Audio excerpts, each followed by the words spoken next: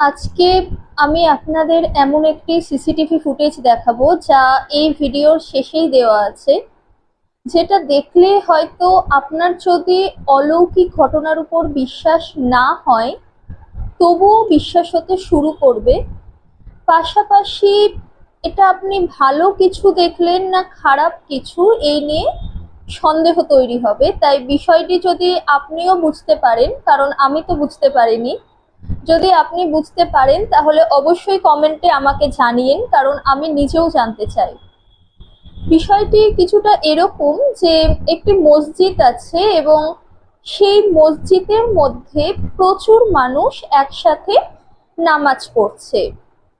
হঠাৎ করেই সিসিটিভি ফুটেজে দেখা যাচ্ছে যে একটি আত্মা বা অলৌকিক শক্তি, যে যারা নামাজ পড়ছে তাদের মাথার উপর দিয়ে হাঁটতে শুরু করলো এবং হঠাৎ গিয়ে মিলিয়ে গেল।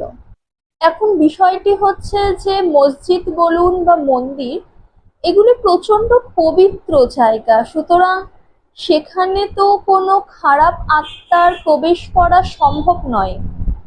তাহলে কি এটি কোনো পবিত্র আত্মা বা বিষয়টি কি? যদি আপনারা বুঝতে পারেন তাহলে কমেন্টে জানান। চলুন ভিডিওটি দেখে নেওয়া যাক।